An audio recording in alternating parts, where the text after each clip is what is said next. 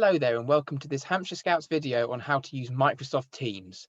Now we're showing you this because while a lot of our Scouts are using Zoom to help with running their sessions, it's not the only option, and Microsoft Teams can be a really good solution for us, especially if your group uses Microsoft 365, for example. It might already be part of your infrastructure.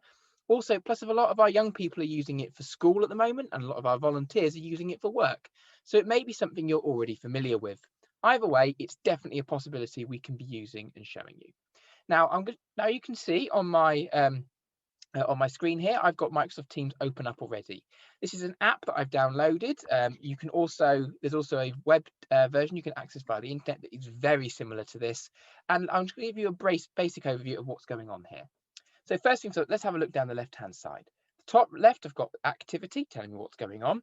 And underneath that, I've got a chat. I can use that to chat between other people that I might have set up if I've got like a meeting going on, for example. And the same with the teams. I can see which teams I am in. Calendar is what we're on at the moment. We'll get and explore this tab in a little bit more detail. And then we've also got option for calls, calling individual people, files that might have been shared. And I've got an option here for Zoom, as that's an app that I have linked to my team, so I can launch Zoom meetings from here as well. At the bottom, there's also an app for other bit and the help bit as well, which you should point out also has some extra things on like training. So if you want to watch a video on how to do something particular, there is lots of options there to help. So now let's have a look back at the calendar. And we can see on my calendar here that I have got the week view for this week. And I can see where I am at the moment through the dotted line and the red bar here. So the two main options you need to know about here is these buttons at the top about meeting. If I want to call an instant meeting, I can use the Meet Now button. But for a lot of what we're going to be doing in Scouts, we're going to be planning ahead and choosing some meetings in advance. And for that, we need to press New Meeting there. The other one I'm going to show you as an option is from the drop-down button, there's a couple of options. One is Schedule Meeting, and that's if I'm going to do a repeated meeting, for example. And the other one is a live event. This is when you're going to be broadcasting out where people can watch and maybe comment, but they're not equal partners in it. They're not normally needing to show their face as part of that. These are great for webinars. When we do a big live event webinar in Hampshire Scouts, we will often use the live event function, for example. But for the moment, I'm going to do a new meeting. So first things first, I'm going to have my title at the top. And for this, I'm going to be putting what my session is. So let's say, for example, I'm going to do a Be the Scouts session. Let's do session 1. And maybe I'm going to do the Air Activities badge with them. Next is the required attendees. Now, you can invite people by typing the name. It will appear if they're in the organization. So let's say you've got this for your group. You might be able to type in and it will show you instantly the names of your Beaver leaders who you want to invite along. That's an option there. If they're not part of the existing organization, as indeed many of your young people and parents, then you can type any email address in there and it will send them an email afterwards. So I could, for example, type in a email address for, say, one of my parents. I can type that in there. A useful pro tip is also you can use in there an email address for a mailing list. In OSM, then you can find a setting in the sections which will give you a mailing list. It's an email address where if you send anything to that email address, it will forward it on to all of your parents, for example, on OSM. That can be a really useful tool to help you save time, because then you can just put that mailing list email in there and it's ready to go. Next thing is going to be the time of the meeting. So let's say I'm going to set this one up for that time. Let's say it's going to be half an hour, and I can put that in there. I've then got an option about whether it's going to repeat, and I can choose a time it's going to repeat. For this one, I'm going to have it as a one-off event and does not repeat. The channel links to some of the things we were saying earlier about Teams, so we don't need to worry about that. And location, similarly, if it's going to be online, we don't need to put that in there. We've then got a little bit of detail here for what we can include. And when we're sending out an invite, that might be included in there, for example. But it might be useful to mention some things like there. So, for example, Air Activities badge, stage 1 with special guest speaker. And I can also put other notes in there. So beavers will need paper for paper planes and so on. I can add some extra detail there. And there's lots of options here, like you would normally find in a normal word processor. I can make it bold, underlined, and so on. I'm not going to spend too long onto that. Once I've done, I then need to save it. And when I go back onto my calendar, it will appear on my calendar ready to go. Now this one's having a little bit of a difficulty just because I've said is scheduling a meeting and it's already happening, but other ones can appear in there as well. So I've got my meeting, it's time for ready the meeting. I can come to my calendar, I can press the meeting and I can choose it's ready to start. So I'm going to show you what that looks like now by pressing the Meet Now button to provide an instant meeting. Okay, so showing up now is my what my in meeting bit looks like, and to launch it gives me a set of options straight away, which is just some basic privacy things. At the top, I've got my name of the meeting, and I could, for example, change that if I wanted to as an option there. And I've then got a couple of things. On the left is my camera, and for example, if I turn that on, then this is what my webcam would see. There we go, there I am.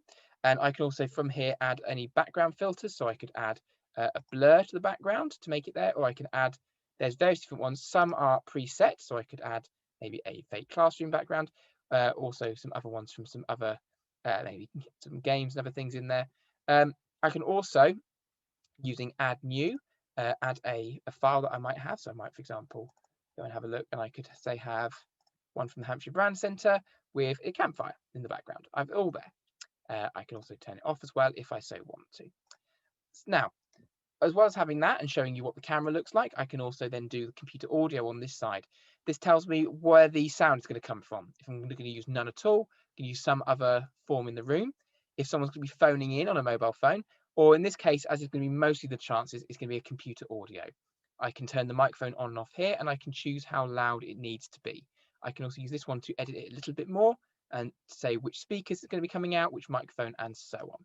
That's more techie and it just is needed. Once I've done that, I can then press join now, and I am ready to go. So now my meeting is started and I've got this option open to me. And if I have my camera turned on, it would be there, and then you could see me straight away on the side there. I'm going to turn that off because it looks a bit weird if I'm looking off to the side. So some options for you along the top. Let's start from the left and go to the right. I've got in the corner this timer telling me how long it's been going on for, and then I've got a few options here. This one is for show and hide the participants pane on the right hand side. This tells me in a big long list all the people who are in the meeting.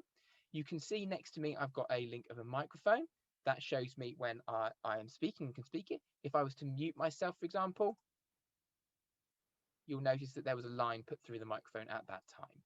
I can also search for people up here.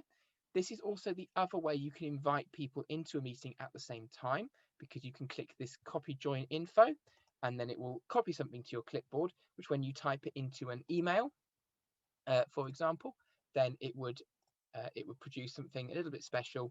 It would produce something, it would produce a special link that I can then use in different ways. If it can produce me, I think it says join Microsoft Teams meeting, learn more about Teams, and it produces a link already there.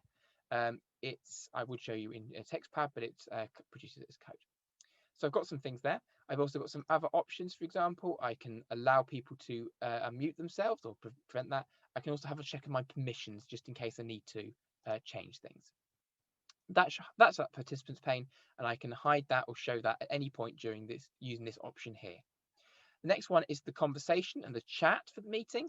This brings up a big box here, and I can type some things. I can include files in there. There's lots of things I can do, but I can, for example, type a message here for everyone in the meeting, and then that would appear here as a chat, and I can see that there.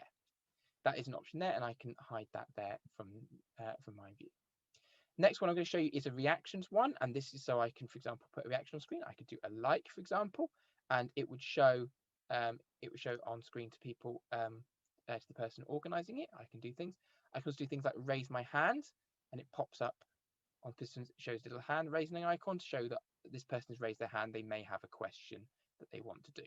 You can also lower your hand via the same way. Next, I'm going to show you is breakout rooms. And this is very useful if you want to divide your section into smaller arrangements, such as if you've got like a scout troop on there and you want to split them into their patrols to do some work. You can choose how many rooms you want to split them into, so maybe 2, 3, or 4, and you can assign people automatically.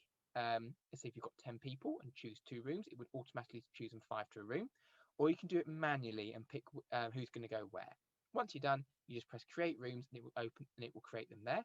And then you can choose them and then you can use the options to split them into breakout rooms when you need to and pull them back afterwards. The 3 dots here give you some other miscellaneous actions such as settings and options, some notes. You can also choose which view you look at. If you've got more than one person on here, then you can choose if you see everyone all together or a gallery view, or if you have lots of people together. There's lots of different ways you can show and display it. So find out which one works for you. You can also put in things like background effects here. So if you didn't put a virtual background on here, you can do that here in that option. You can also put on live captions as an option if you were doing that kind of thing. And also it's where you can record meetings if you need to. Now, as we've already shown you, this is how you can turn the camera on and off. And if you hover over it, it gives you a little preview to show you what it looks like. There's also the mute option, so how you can turn your sound on and off. And then you've also got an option to share content. We'll go into that a bit more in a sec. And then finally, the big red leave button to leave the meeting or to end it entirely for everybody, even if you leave it. The share content option then, let's have a look at what that involves. So for share content, I click that and down the bottom appears a big box, includes both the desktops and these screens I'm using, what windows are open, and include a couple of things as well, maybe some PowerPoints I've recently had up, some things like whiteboard function, some other things as well. And I can see those in different ways. For me, I'm going to share a web page I've got here, so I can press that, and I've then got that shared on screen. You'll notice it's telling me I'm sharing it because it's got this big red box around the edge. It's there. And then anything I do on this screen here, say I go down, I choose to have a look at a news article on Hampshire Scouts, for example, then that would be shared by other people at the same time, and they can see what I can see. Now you can stop sharing by closing the thing that you're wishing to share, or there is also then a little box that appears at the bottom of the screen that would give you the options to stop the share from there as well. As it basically it's a smaller version of this. It can give you options to leave, turn the camera on and mute it, and to share a content and stop the share content as there. But thank you. That's our crash course into Microsoft Teams as how you can use it for online section meetings. Like I would suggest, then there is the option once you've if I end this meeting to show you, end it for everybody.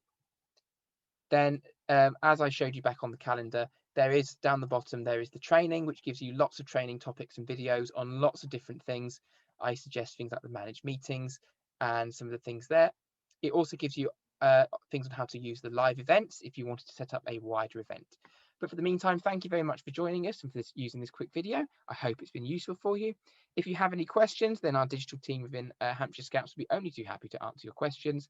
Their email address is digital@hampshirescouts.org.uk. Thank you very much.